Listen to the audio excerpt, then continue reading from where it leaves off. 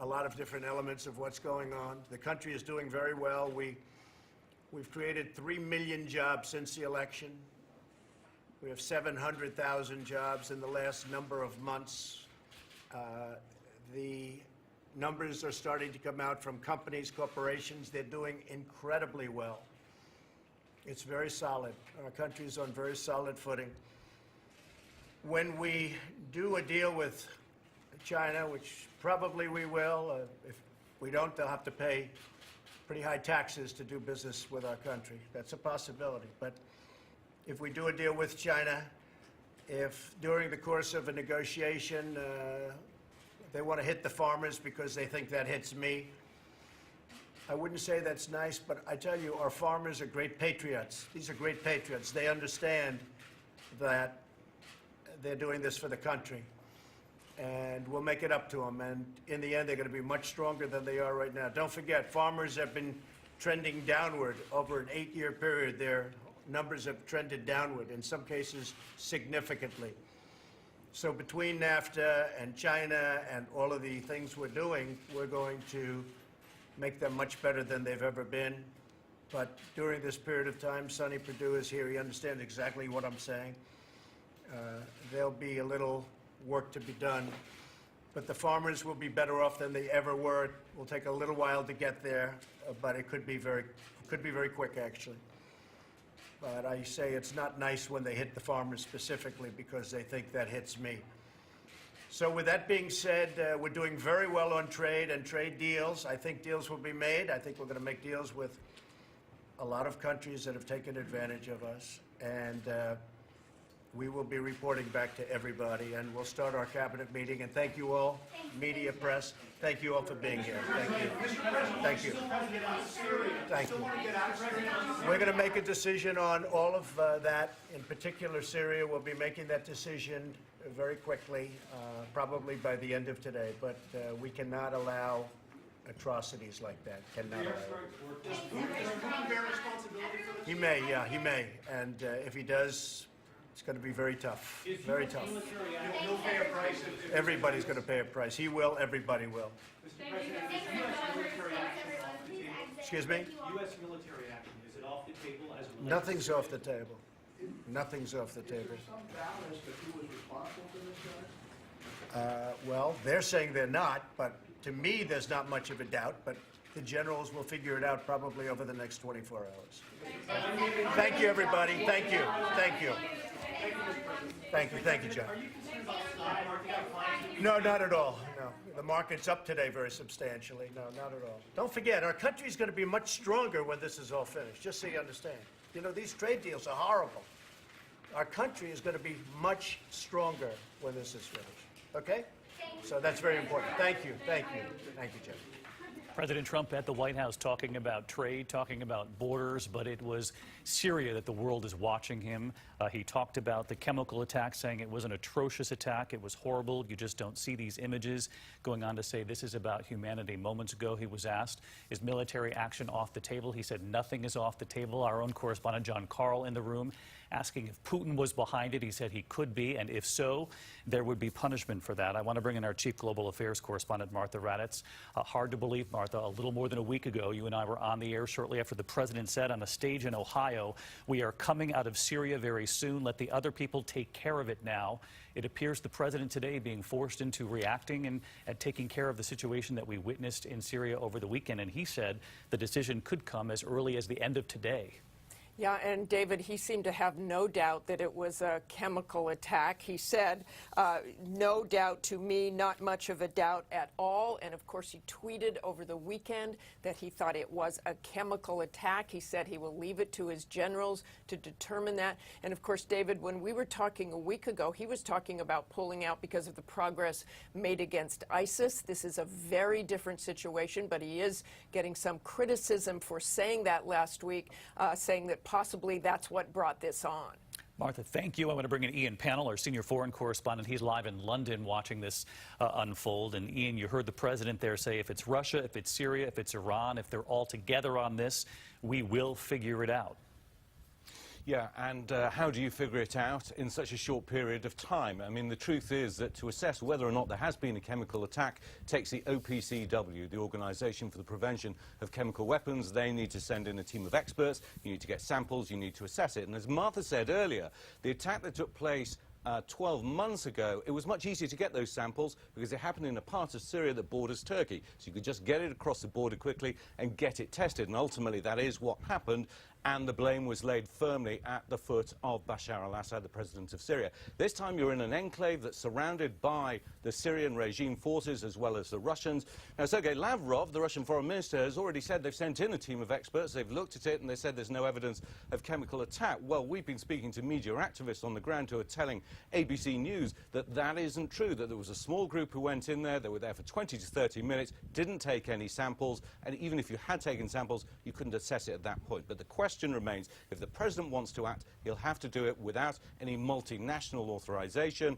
And how do you do it? All right, Ian, panel with us as well. Ian, thank you. And as Ian points out, U.S. intelligence now looking for proof of a chemical attack. The Russians, a short time ago, saying they have been in and found no evidence. Not terribly surprising coming from the Russians at this hour. Again, President Trump saying action, a decision on any action in Syria after evidence of those chemical attacks. The video that played out all over the world could come within 24 to 48 hours from the White House. For more of the breaking developments as they happen, download the ABC News app and sign up for breaking news alerts. Our entire team working this all day. I'm David Muir. I'll see you later today for World News Tonight. Until then, good day. This has been a special report from ABC News. Women have used the movement to gain an advantage by playing victim. Okay, he argued with a woman at the event. I don't consider it to be an argument, but let's have a look. Okay, the movement is being leveraged in public discourse. In his apology, Robbins expressed admiration for the movement. Let's take a listen. So I think you misunderstand the Me Too movement. I think the Me Not for you personally. I'm not misunderstanding for you. You can educate for me. I'm telling you, I've read these because my life is about helping people have new choices. So when I see them, I've read so many, thousands. Have you read thousands? Or are you going to tell me what your experience of the Me Too movement is? Because I respect all of you. You can use the Me Too movement to be such a beautiful thing. I'm not knocking the Me Too movement. I'm knocking victimhood. Raise your hand if you follow it. And I'm not suggesting you have to agree with me. I'm just suggesting you consider what its impact is. Look at these people and see what is empowerment. Anger is not empowerment. What you're seeing is people making themselves significant by making somebody else wrong and getting certainty. And there's nothing wrong with that, it just won't make you happy. It won't make them better, it won't make you better. And oh, by the way, what did Jesus say, regardless of what religious belief is? You can be anybody, you don't have to be Jesus. Okay, what I find really interesting, later on in that video, he goes on to say that he was in, say a lunch or a dinner, I can't remember the exact wordings, but he was with an actual gentleman, a Hollywood heavyweight, and he said that there were 3 people that came in to this particular interview for a job, okay, and that his buddy, or this heavyweight guy from Hollywood, ended up going with one of the male applicants instead of the female, because they feel that no matter what you do now, there is a problem that women could easily cause an issue in regards to the Me Too movement now. And they're afraid. They're afraid. They're afraid to actually have that conversation about anything, really. Like, I just, I don't know, how do you guys feel about that? I think, well, it's an important issue. It is. And I think it has helped a lot and will only continue to help. But where's the line? I know, and we talked about this when the Me Too movement was new, and we were talking about this at the table. We had said that this could actually end up biting women in the long run, because companies may be afraid to hire them because of the potential of sexual harassment and the negativity that would stem from all of that. So, it's an important movement, and I think it's so important that there are going to be some negatives that come from it, but I think that that time will tell, and I think that we have to endure the highs and the lows of that movement in order to achieve the final goal of equality. And I think there will be some negatives to any movement that's going on, people that take it the wrong way, but I think there's so much positivity coming I from the agree. Me Too movement. Right. Because I think that can go both ways. You may have companies now that are so scared of having a male-dominated atmosphere in the office that maybe 2 candidates apply, and maybe the man is more qualified, but they feel like they have to have more women because of this movement, so the woman gets it. So a man may say that's negative. I don't think that happens, but I just mean that you can find a little negative both ways. So I think that overwhelmingly it is positive, and I think what people are scared of is sexually harassing someone in the workplace. And I think that is what people are scared of. And I think that if we have these few outliers of something wrong that happens, hopefully it doesn't, but I don't really think that's happening. I think it can be negative on both ways, Like women may be hired that aren't qualified because they're scared of turning them down, I got you, but I also worry that no matter, I think we're getting into a stage of an area that is so grey. Do you know what I mean? Where you can you're damned if you do and you're damned if you don't in any conversation. And when I say that, I think, where before, Katie, I know you don't like to be touched because we've joked about that on the show and also in private. But does that mean, I remember, and this is not anything bad, like Dusty, my assistant producer, was at her desk and she was doing something, I can't remember, and I went up and I started massaging her shoulders. And then it dawned on me, I thought, oh my God, I can't do that. Do you know what I mean? But it's awful that I had to think about that because it wasn't done in any other way. Right. Apart from me, I think it was along the lines of, are you okay, doll, or something like that. Right. But if I was a straight man, Right. okay, would that be a problem? Well, I actually think that you mentioned that now we're in this gray area. I actually think that it's less of a gray area now. Oh, it's scary. more defined, where Do you before it really wasn't talked about. It was very hush-hush, like, is that harassment? Is it not? Where now it's still gray-ish, but I would say the lines are becoming more clear about what is okay, what is not.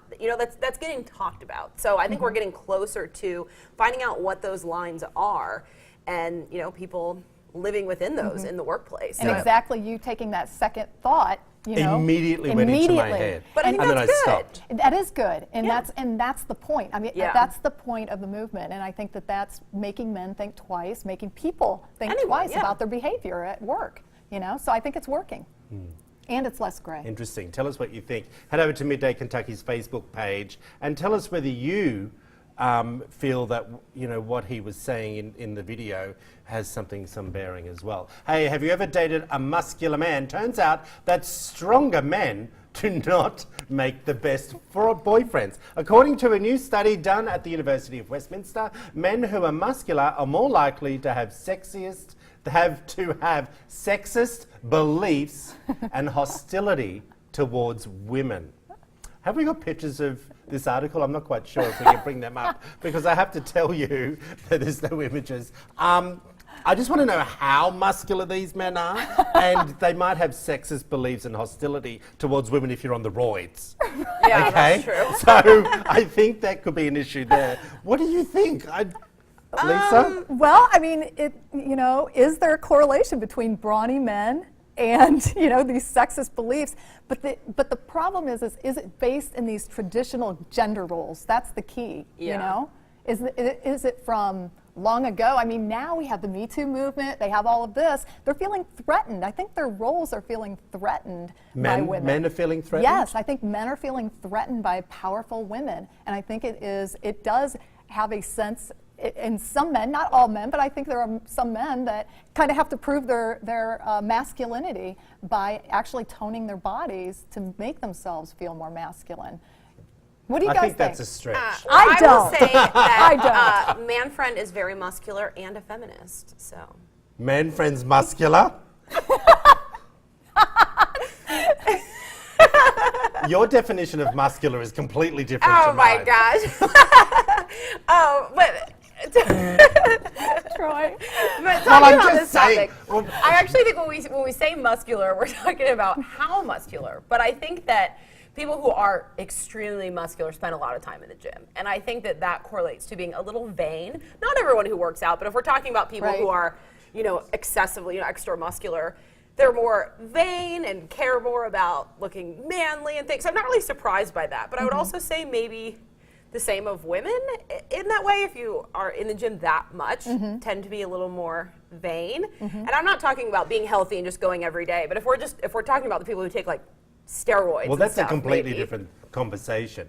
But I do look at Lydia. She's getting ready for Lydia is our personal trainer, if you don't remember, from on the show every Friday. Lydia is getting ready for a competition. Bodybuilding competition? Yeah, is kind that of what- a physique? body sculpturing competition. And so is her boyfriend. And they I don't feel when I see them, I think they're not competing against each other. They're competing together.